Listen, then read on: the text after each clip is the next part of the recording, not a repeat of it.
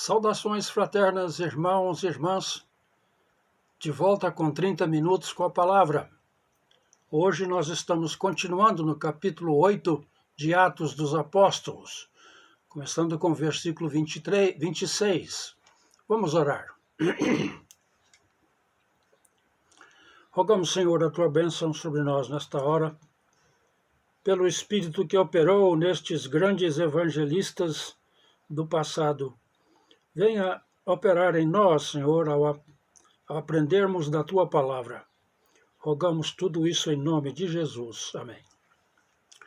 Uma das coisas principais do livro de Atos dos Apóstolos é como o evangelho espalhou. A boa notícia de salvação em Jesus Cristo, remissão de pecados, começou em Jerusalém.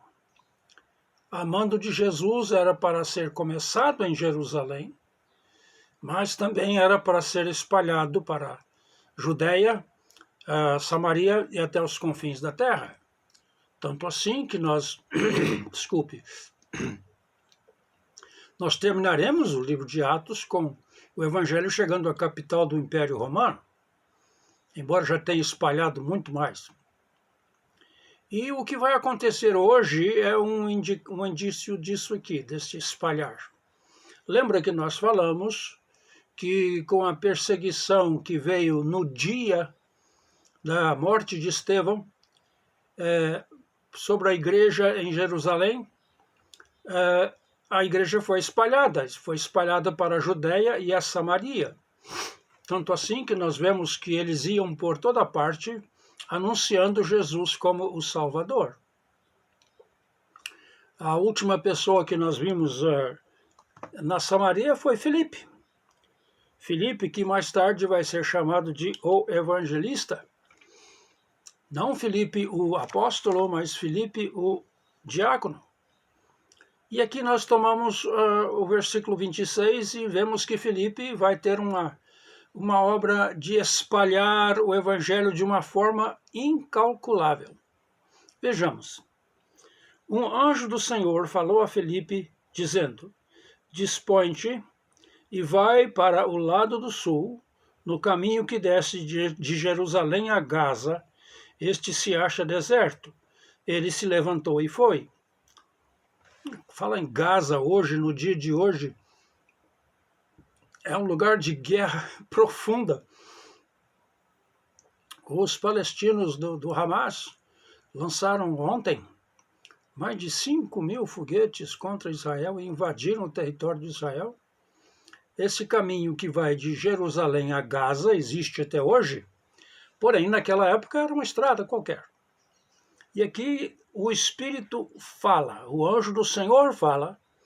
O anjo do Senhor é aquele mensageiro que diz, mais tarde nós vamos ver que é o Espírito que fala. E é para ir para o lado do sul, no caminho que desce de Jerusalém a Gaza, este se acha deserto.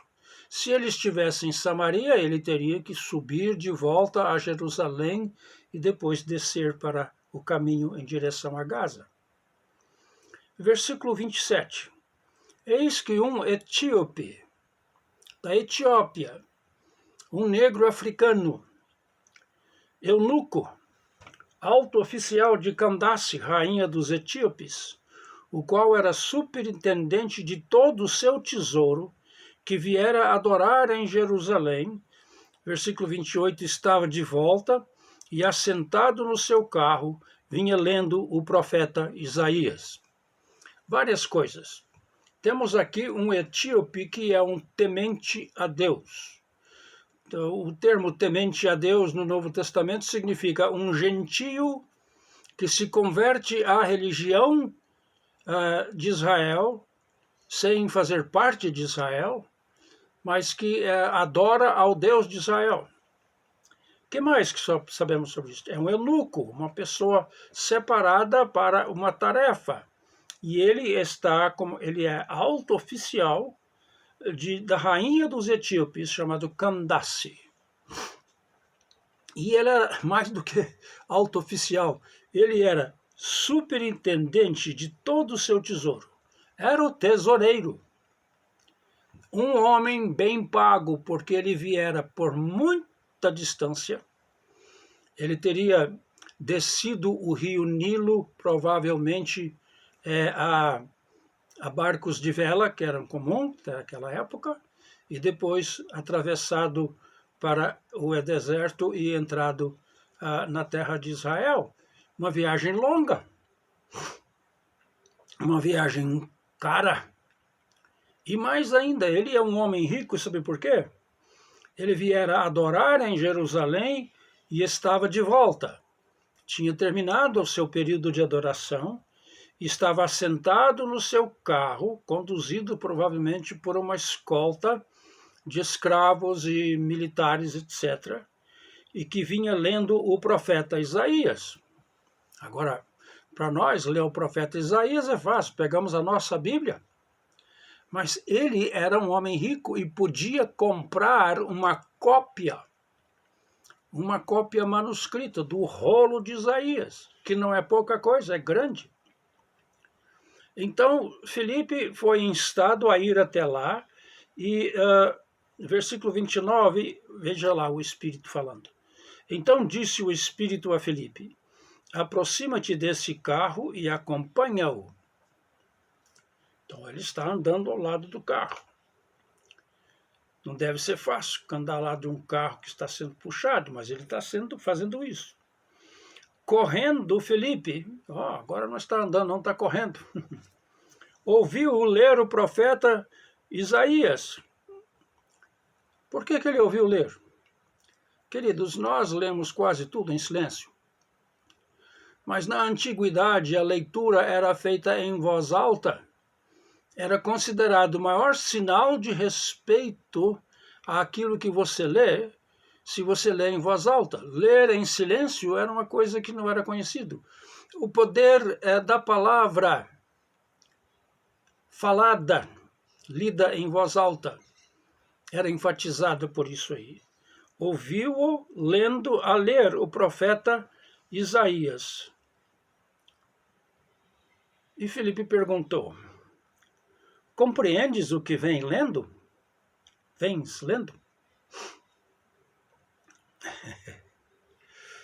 Que entrada boa para um evangelista. Alguém está lendo a Bíblia de então, esse grande Isaías, e Filipe faz uma pergunta simples, você compreende o que está lendo? Olha a resposta do eunuco. 31. Ele respondeu, como poderei entender se alguém não me explicar? E convidou Filipe a subir e a sentar-se junto a ele. O Espírito já movia no coração deste homem para adorar o Deus de Israel. O Espírito já operava no coração deste homem para compreender as Escrituras.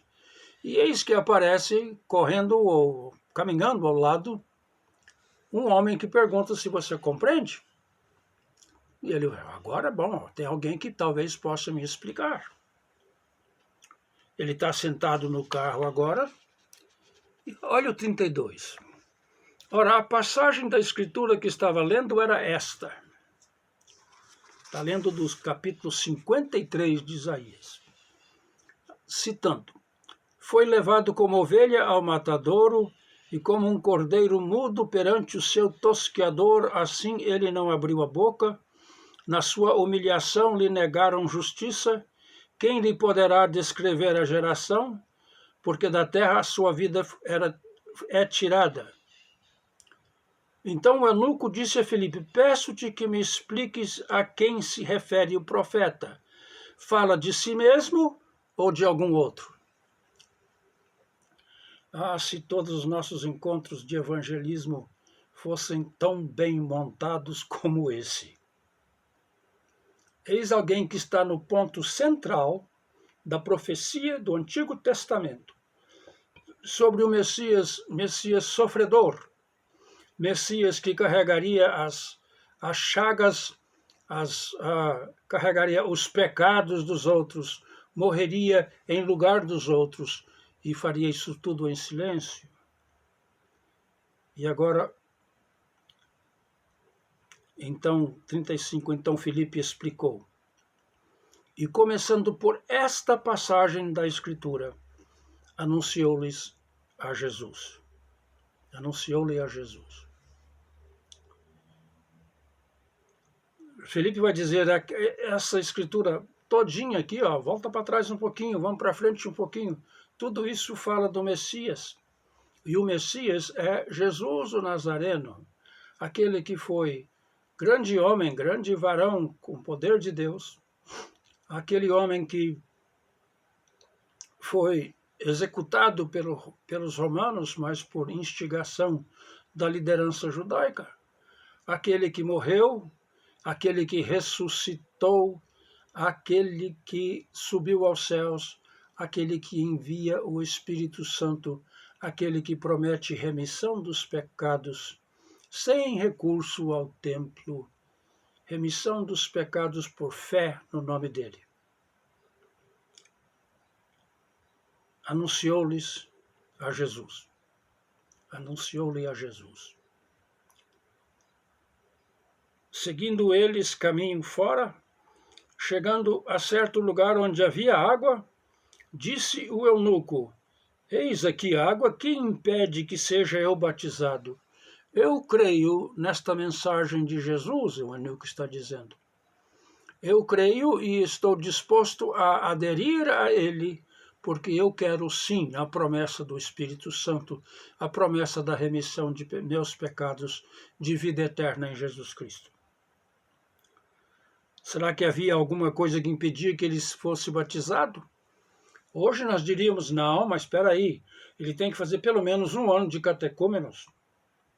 Como é que é? Vamos examinar a sua vida pregressa, como é que ele está moralmente, como é que ele é visto na sociedade. Hoje nós daríamos 1000 razões para demorar o batismo. A igreja faz isso com certa razão. Tem que proteger algo que é tão precioso como o sacramento do batismo. Olha o que diz aqui o versículo 37. Felipe respondeu, é lícito se crês de todo o coração. E respondendo ele, disse, creio que Jesus Cristo é o Filho de Deus. Quer mais do que isso? É o começo. É a base. E o sacramento do batismo é o sacramento de iniciação. Sacramentos são sinais visíveis de maravilhas invisíveis. Nós temos o sacramento do batismo, que é um sinal de uma lavagem com água, a retirada do pecado humano simbolicamente, para aquele que crê. Creio que Jesus Cristo é o Filho de Deus. Jesus Messias é o Filho de Deus. O sacramento da ceia do Senhor, um sinal visível no qual nós lembramos a sua morte, a sua ressurreição e a sua gloriosa vinda. E se fôssemos perguntar qual é o primeiro sacramento, e a definição seria esta, um sinal visível de uma maravilha invisível, eu não diria que seria o batismo, não. Com essa definição, eu diria que o primeiro sacramento é Jesus Cristo. Ele é o sinal visível de uma maravilha invisível. E se fosse me perguntar de novo, eu daria mais um sacramento. Não que é sacramento no sentido formal da palavra, mas sacramento nesta definição. O segundo sacramento que eu considero seria a igreja, que é o sinal visível de uma maravilha invisível. É o sinal visível que Jesus veio ao mundo, morreu crucificado, sepultado, desceu à mansão dos mortos, ressuscitou ao terceiro dia, subiu aos céus e está sentado à direita de Deus Pai Todo-Poderoso, de onde há de vir a julgar os vivos e os mortos. Felipe respondeu claramente, você crê que Jesus é o Filho de Deus? Aqui está a água, vamos começar aqui. 38, então o eunuco mandou parar o carro, ambos desceram a água e Felipe batizou o eunuco. quando saíram da água, obviamente estavam dentro da água, o Espírito do Senhor arrebatou a Filipe, e não o vendo mais o eunuco. E este foi seguindo o seu caminho, cheio de júbilo. Primeiro, este arrebatar, levar o Espírito, me pergunta como é que foi. Joe, como é que foi? Não sei. Mas aconteceu. E o eunuco vai continuar a sua longa viagem até a Etiópia. Vai subir o Nilo agora. Vai lentamente passar aquelas cataratas, a primeira, a segunda e a terceira catarata do Nilo, e chegar à Etiópia. E ele vai ser, provavelmente, o fundador da igreja cristã copta, C-O-P-T-A, copta, que existe até hoje na Etiópia. Um braço do cristianismo ali na Etiópia, com sua linguagem, com suas tradições, com versões antiquíssimas da Bíblia. E está lá. O Espírito falou a Filipe, vai, ele foi. O Espírito falou, corre ao lado do carro, ele correu. O Espírito instigou este homem que estava lendo a aceitar a chegada de Filipe e a explicação dele. O Espírito agiu, e tudo isso para que já começasse o Evangelho de Jesus Cristo chegar até os confins da terra. É maravilhosa a operação do Espírito. Não o vendo mais o eunuco, e este foi seguindo o seu caminho cheio de júbilo. Mas Filipe veio a achar-se em Azoto, é uma cidade à beira-mar, e, passando além, evangelizava todas as cidades até chegar a Cesareia. E aqui entramos no capítulo 9. Que capítulo? Para que o evangelho chegasse até os confins da terra, era necessário um intrépido evangelizador. Muitos outros, mas este é considerado o grande evangelizador. Saulo de Tarso, mais tarde chamado de Paulo, nome mais latino. Vamos ver como é que foi. Versículo 1 do capítulo 9. Saulo, respirando ainda ameaças e morte contra os discípulos do Senhor, dirigiu-se ao sumo sacerdote e lhe pediu cartas para as sinagogas de Damasco, a fim de que, caso achasse alguns que eram do caminho, era um termo que era usado para os cristãos, assim homens como mulheres, os levasse presos para Jerusalém. É interessante que eu não entendo bem por que é que ele tinha autoridade civil para fazer algo religioso, mas aparentemente tinha. 3. Seguindo ele estrada fora, ia para Damasco, desculpe eu voltar. Damasco fica ao norte e ao leste de Jerusalém. Não é uma pequena viagem, não. Ele provavelmente vai passar pelo Mar da Galileia, Cafarnaum, etc., e subir as colinas de Golã, e ali entrar na cidade de Damasco, cidade muito antiga, cidade que existe até hoje. Então, versículo 3.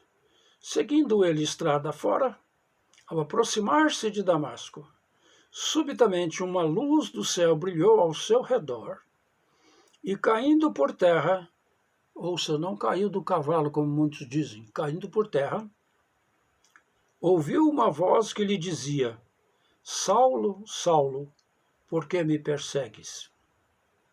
Luz e voz. É interessante. No dia de Pentecoste nós temos barulho. O barulho de um vento impetuoso. E temos uma luz. Lâmpadas, como se fossem lâmpadas ou chamas de fogo em cima dos discípulos reunidos. E aqui temos luz e voz. E a voz chama a Saulo por nome. Saulo, Saulo, por que me persegues? Jesus está chamando Saulo, dizendo, você está perseguindo a mim quando você persegue os meus irmãos e as minhas irmãs. Por que me persegues? Ele perguntou, quem és tu, Senhor? Kyrie, o termo correto, Senhor. E a resposta foi, eu sou Jesus a quem tu persegues. Momento decisivo. Porque Saulo construiu a sua religião em cima de seguir a lei. Ele vai dizer que era fariseu dos fariseus, que era da tribo de Benjamim. Ele vai confessar que era zeloso, extremamente zeloso, mais do que os de sua própria idade. Fazia parte do Sinédrio. Tudo indica que ele fazia essa parte do Sinédrio. Ele consentiu na morte de Estevão e ele continuou aquele ato com grande perseguição sobre a igreja. E aqui vem uma voz que diz, eu sou Jesus que você está perseguindo. Você não está perseguindo aqueles irmãos, tanto quanto você está perseguindo a mim. Eles fazem parte de mim. E aqui, neste momento, toda a religião de Saulo de Tarso vai cair por terra, como ele caiu. Eu sou Jesus a quem tu persegues, versículo 6, mas levanta-te e entra na cidade, onde te dirão o que te convém fazer. Ele pode agora voltar para Jerusalém, ou ele pode obedecer à voz de comando de Jesus, a quem ele perseguia.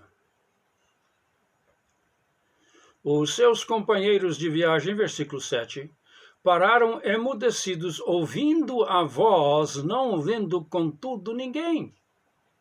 Uma voz do céu. Saulo, Saulo, por que me persegues? Eu sou... Boa pergunta, por que ele perseguia? Porque Jesus, o Nazareno, aquele que ele sem dúvida tinha visto várias vezes em Jerusalém, no templo, sem dúvida, Jesus representava a antítese daquilo que ele cria, que a justificação do ser humano era pela lei, obediência à lei. Ele era um fariseu, ele vivia com os 633 mandamentos que ele tinha que obedecer, regras de vida para ser um bom judeu. Era zeloso. E Jesus significava algo contrário à sua religião. Jesus significava como se fosse o fim da religião judaica. Jesus atacava, e ele atacava diretamente a religião que estava vazia, sem forma. Então, ele obedece. Então se levantou Saulo da terra, versículo 8, e abrindo os olhos não podia ver. Ele que via tudo, sabia tudo, agora não pode ver. E guiando-o pela mão, levaram-no para Damasco. Eis aqui. Esteve 3 dias sem ver, durante os quais nada comeu nem bebeu. Pare comigo, reflita um pouco. Sem ver, está numa casa, está perplexo, cometendo como se fosse suicídio intelectual, porque toda a sua religião caiu por terra como ele caiu por terra. Porque se a voz era de Jesus, e ele creu que era, se a ordem era essa e ele obedeceu, se ele o chamou de Kyrie, Senhor,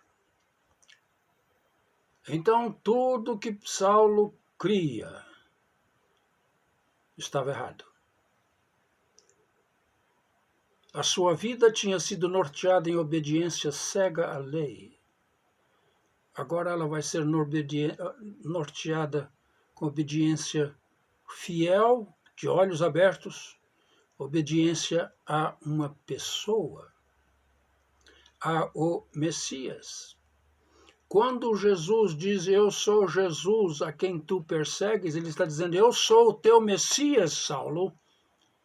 Você que ficou encabulado com aquela morte serena, embora violenta, de Estevão. Você que ouviu as suas defesas. Você que sem dúvida viu tantos e tantos que resistiram a renegar a sua fé. Você, Saulo, que viu que o seu coração ansioso sabia que havia uma verdade aqui, mas você não sabia qual era, agora você sabe. Você tem que jogar por terra toda a sua religião. E agora você tem que viver como um justo que vive pela fé em Jesus Cristo. O que vai acontecer agora é que vai aparecer o segundo Ananias no livro de Atos. O primeiro, uma tragédia eterna. Um homem que mentiu ao Espírito Santo. Mentiu mesmo, e a sua esposa. Mas o segundo é um servo, um discípulo do Senhor, que também vai obedecer e vai ser um instrumento pelo qual Saulo de Tarso vai ser batizado e tornar-se o grande perseguido, o grande pregador, o grande evangelista, o fundador de inúmeras igrejas junto com Jesus. E nós vamos falar de Ananias na semana que vem. Deus nos abençoe.